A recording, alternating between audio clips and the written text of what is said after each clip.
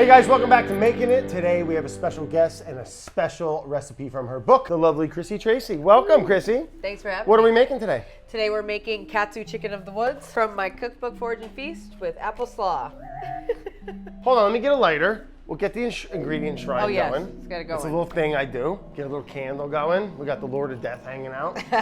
No, he's positive. We got some bones. We got some megalodon teeth. The usual suspects. I should have told you to bring something fun. I know. Look, I'll show you what I got. We got a little, you know what that is? Horseshoe crab. Oh wow. A baby one. I don't think I've ever seen one before. They have blue blood and they use them to make like vaccines and shit. It's actually a pretty fucking dark story. And look, we got... Crazy. What's this, Miss Forager? Oh, we've got chaga. Yeah, how Chaga, pretty baby. cool. Yeah. Dried persimmons. Wonderful. Let's turn it into show and tell. Let's stick to the shrine. Chicken of the wood. Beautiful. Beautiful. So we're here in coastal Connecticut on the border of Rhode Island. And right now, this time of year, the chicken of the woods are going off pretty. I've been seeing you They're posting. everywhere. It looks like it's from another planet. Maybe it was originally, but really edible. Hard to screw up, right? Very as far hard as to screw up. foraging. There's nothing that really looks like it. There's another variety that grows that has like a cinnamon kind of pink color to it. Still choice edible. Still choice edible. But we're gonna be making like a little riff on like a breaded chicken cutlet. And you know, a nice little alternative because cooked, I mean, other than, I don't know why they call them chicken other than they kind of taste like it. There's a chicken-like flavor to it. When it's blanched though, I would say that flavor kind of comes out more. I've never blanched them before. Yeah. I know you have to do that with certain mushrooms for digestive issues and stuff like that. The texture turns into something just totally amazing. It gets very tender and More like white meat chicken. exactly. Interesting. Yeah. Oh, good. I'm excited for that. Woo. So we'll blanch that up, and we're going to be. We got a little chickpea flour Yes. for our what? Our dredge. For our dredge. Little panko, little rice bin. We're gonna make a little red cabbagey slaw. Yes. Who doesn't love that? Kind of Love a perfect little combo. Some oregano. We'll slice up some apples. We got a little honey crisp and some Granny Smith, little black pep. And we're gonna fry it up. We'll get a little thing. We'll fry them up in Somali oil. Yep. You can use pork fat if you're not Chrissy or a vegetarian or a vegan. But we're gonna get into the katsu, man. How you say it again? Tonkatsu. That's what I said, Chrissy. So the next step would be to blanch it, yeah? I blanch them for 3 to 4 minutes. Oh, yeah? Usually 4 minutes. Yeah. You ready? Yeah. And salt or no? I usually salt. You do, right? 'Cause then Why not? it'll give a little more Sponge. flavor. They're just gonna Yeah, it'll just seasoning. soak it Oh, in. I like this, Yeah. Chrissy. Yeah. All right, you're ready, chef. Okay.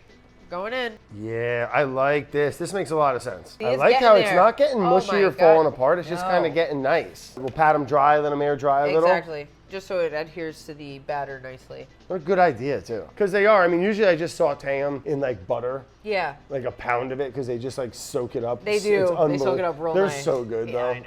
Ooh, this one's nice. This Oh, is that a one's cutlet, perfect. huh? Yeah, yeah. Look at look at the color that kind of pulled out of it. So too. pretty. Yeah. It's looking more like a lobster mushroom now. It is, right? Yeah. They're incredible. They're so cool. And they're so delicious. Yeah, I have like a... It smells like lobster, like crustaceans. It does. Mushrooms are insane. They're weird. I like how they're going to be a little tacky. They're going to take everything nicely. too. Exactly. Let's let these dry a little bit. We'll build our little dredge, little batter. We'll set Yep. up our little fry station. Cool. We'll get some seltzers, and we'll go do some jump ropes.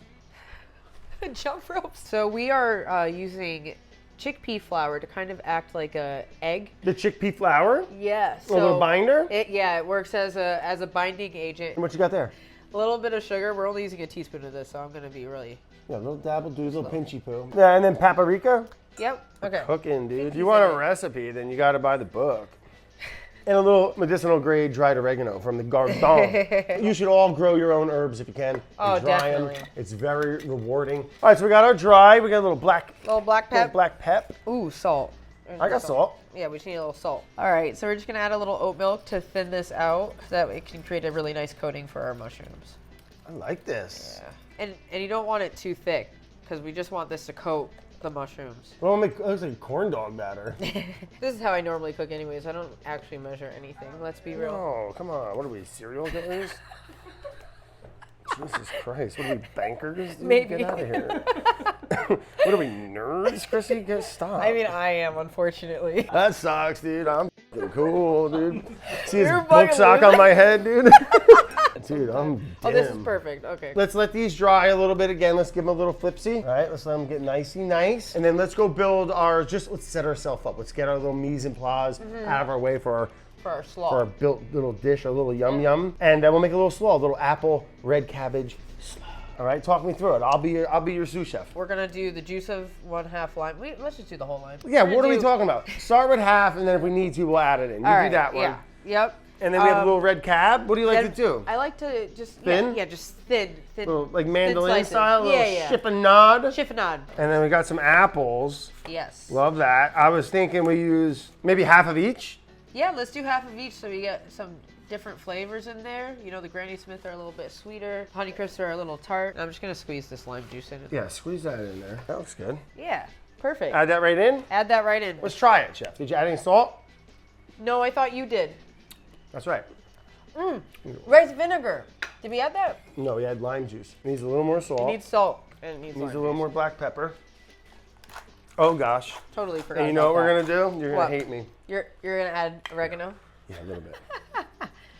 Oh, okay. that's it. That's gonna be nice. The more We wanted flavors, the that. better. Okay. I got some dried yuzu powder. Oh, that's actually awesome. Yeah, duh. Check that out. That's gonna be nice. How about a little togarashi in there? Let's do it. Just a pinch. I think that's good. Hey, Chrissy, come over and share your recipe with me. I'm gonna change it. That's nice. Oh yeah. Oh, it wanted that. It wanted that. So next we go wet, dry, and we're Yep. using panko. We are. Love that. We're gonna fry this at 350. How you feel about this? This is looking good. Yeah, you mean that? I mean that. I think that's ready to fry. Okay. Yeah. All right, going in, chef. Okay. I like where this is going. I would imagine you wouldn't really want to go super, super hot on this because you do want to cook the mushroom. I mean, I know Well, we blanched because it. we blanched it, there's no need for Would you that, eat really. it right out of that blanch? That's fine? Yeah. Oh, okay. Yep. Didn't even soak up that much olive oil. It didn't, which is really nice. These look great. Juicy. Well, these fried up beautifully, especially, That boy.